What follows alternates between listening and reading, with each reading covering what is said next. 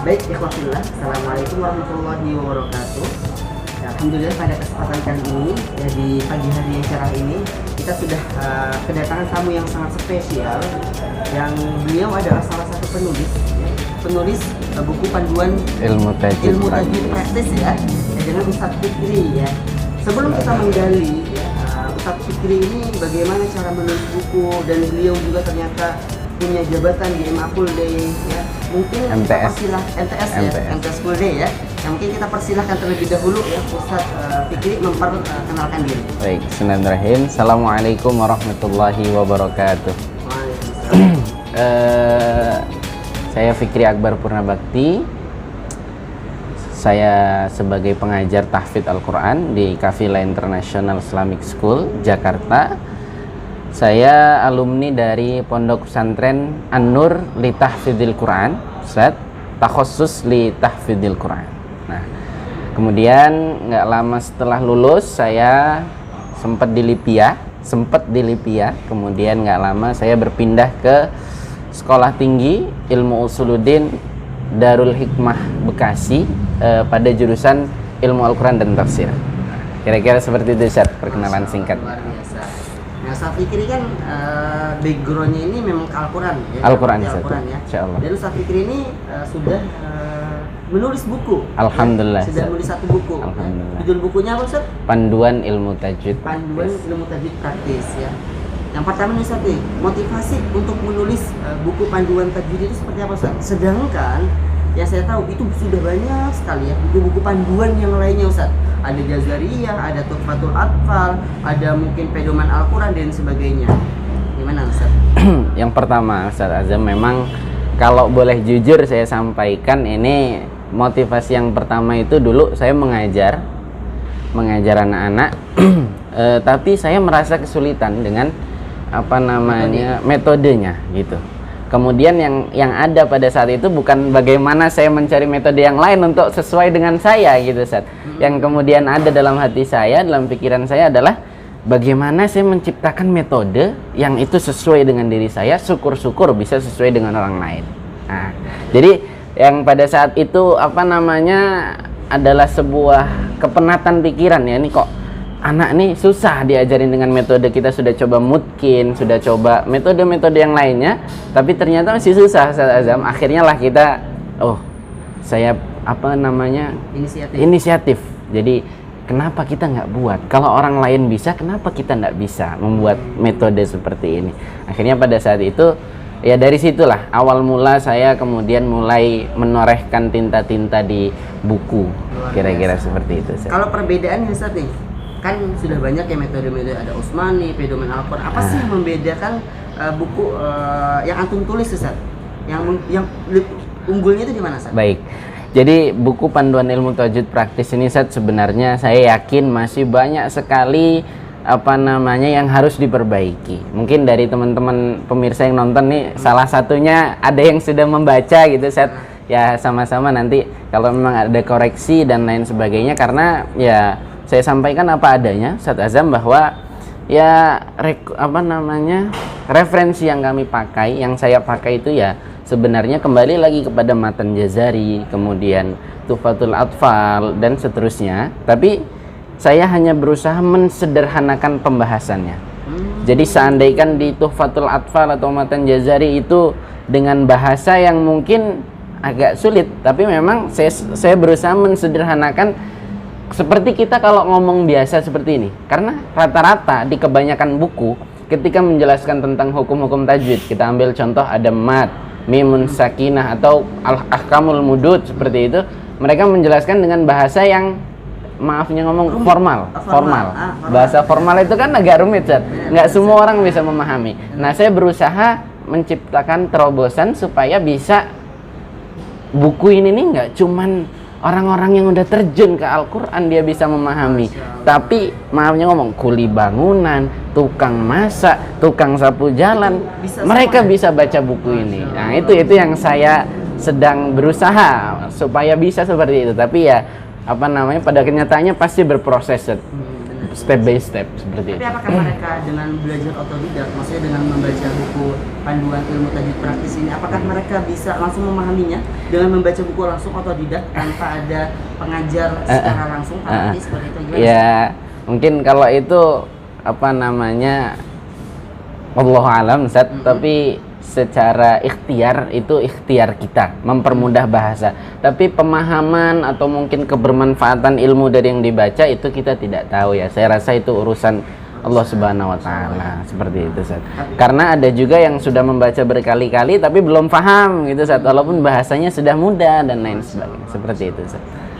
Tapi kalau plan kedepannya nih Ustaz ya, apakah nanti ada pelatihannya ataupun mungkin ada audionya dan sebagainya, ada gak Ustaz plan ke depan Ustaz biar buku ini jauh lebih baik dan jauh lebih kebermanfaatannya terasa Ustaz? Baik, insya Allah ada Ustaz. Ada, Ustaz, semua ya? orang pasti ingin lebih berkembang. Lebih Ustaz, berkembang Ustaz. ya, Masya Allah. Tapi Seperti buku ini itu. sudah terjual atau sudah, apakah ada suatu instansi yang menggunakan metode ini Ustaz? Iya, baik. Jadi buku ini baru selesai saya tulis tuh pada tahun 2020 Ustaz, tahun kemarin, 2020. bulan April. Nah, kemudian mulai diperbanyak bulan Juni, Berarti 2 sudah bulan dicetak kemudian. ya? Alhamdulillah sudah Ustaz, dan apa namanya bisa dibeli lewat online ataupun offline, bisa langsung pesan ke saya juga. Nah, jadi apa namanya untuk buku ini sendiri kurang lebih sudah terjual sekitar 700 sampai 1000 eksemplar. Memang belum banyak, kalau mungkin bagi penulis-penulis yang senior mungkin belum banyak ini jumlah seperti ini, tapi bagi saya ini suatu anugerah, suatu nikmat dari Allah Subhanahu wa taala yang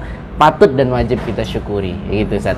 Untuk kedepannya plan saya ya yang pertama Ustaz, saya ingin terus memperbaiki buku ini mulai dari layout kemudian dan seterusnya Ustaz. Kita pengen memperbaiki termasuk juga urutan pembahasan, karena kita juga banyak ada kemarin di Palangkaraya itu ada membeli sekitar 40 buku Ustaz. Belum lama 40 buku itu ada masukan juga dari sana bahwa oh Ustadz bukunya seperti ini Palangkaraya Kalimantan, juga di Lampung juga ada beberapa masjid yang sudah pesan buku itu, dan buku saya ada sekitar beli kemarin 17 atau 18 untuk ditaruh di masjid. Ketika dipelajari memang ada masukan-masukan Ustadz yang itu menurut saya sangat penting dan ya untuk demi kebaikan gitu Ustadz. Artinya sekarang kita lagi mengumpulkan evaluasi semuanya ya. Meskipun dalam skala yang kecil, cuman saya selalu bersyukur dan ya menikmati proses ini Ustaz. Seperti itu saja. Masya Allah, luar biasa ya, luar biasa. Berarti plannya ada dan mungkin nanti tinggal tapi kalau seandainya Ustaz pikir ini ya, kan sekarang dalam arti kan orang kadang nggak tahu juga ya, maksudnya dalam arti Ustaz pikir ini seperti apa, dan mungkin baru terjun di dalam penulisan buku ya kan, di dalam penulisan. Itu cara marketingnya itu kalau seandainya orang yang penulis buku itu seperti apa Ustaz? Yang pertama Ustaz, itu yang pertama adalah kita mencari penerbit yang tepat. Penerbit yang tepat. Saya kalau boleh sedikit bercerita Ustaz Azam, saya sebenarnya ada penerbit yang saya sempat hampir ketipu Ustaz. Sempat ketipu ya? Sempat ketipu. Padahal dalam ini kan ya baru Ustaz. Cuman saya sempat sepertinya salah memilih penerbit, sehingga malahan kita naruh di situ bukannya ada feedback yang bagus, bukannya ada progres yang bagus, tapi malah kita dibingungkan dengan hal-hal yang ada yang dibuat oleh penerbit itu. Jadi yang pertama cari penerbit yang terbaik, kemudian maksimalkan relasi Ustaz. Nomor 2 ini sangat penting. Jadi perbanyak relasi kita, kenalan kita, pengurus-pengurus masjid dan sebagainya. Pokoknya relasi kita itu sangat penting Ustaz, karena mereka itulah yang akan menunjang kita. Mereka memberikan evaluasi, saran dan sebagainya. Nah, kemudian yang ketiga orang-orang terdekat. Ini juga mereka kalau punya relasi itu sangat bagus. Seperti itu Ustaz. Masya Allah, luar biasa ya. Nah, kan Ustaz Fikri kan di satu sisi Ustaz Fikri ini penulis ya, tapi di satu sisi juga Ustaz Fikri sebagai mudir yang bisa dalam arti ya ketua lah ya kalau bisa dibilang ya di MTS Mulde ya. Yes, nah, bagaimana nih cara membagi waktunya? Di satu sisi banyak ekornya karena memang ketua, di satu sisi menjadi penulis. Bagaimana Ustaz Fikri bisa mengoptimalkan penulisnya? Baik. Jadi kalau mudir saya rasa ini Ustaz ya. Jadi koordinator tahfidz. Oh, koordinator tahfidz. Nah, seperti itu. Ya alhamdulillah saya rasa jadi bahasa tidak tidak ada waktu atau tidak punya waktu itu sebenarnya tidak ada, Ustaz. Tidak ada. Tidak, saya nggak punya waktu, saya nggak sempet, itu sebenarnya tidak ada. Semuanya hanya tentang prioritas. Masya Allah, luar biasa. Berarti prioritasnya kemana? Hanya prioritas. Jadi kalau kita tidak menyempatkan kita untuk menulis, berarti kita tidak memprioritaskan hal itu. Dan apapun gitu, Ustaz. Dan lain sebagainya. Luar biasa. Ini Ustaz yang terakhir nih Ustaz ya. Apa Ustaz kesan selama Ustaz Fikri ini berkecimpung di dalam dunia penulisan dan mungkin pesan ya untuk masyarakat pada umumnya Ustaz? Yang pertama nikmat ketika kita sudah punya azam untuk menulis, keinginan untuk menulis. Yang pertama syukuri, Ustaz. Karena ini luar biasa. Karena turun-nurun ilmu dari zaman Rasulullah SAW sampai kepada kita ini tidak lepas daripada penulisan. Terlebih penulisan itu sekarang sangat mudah.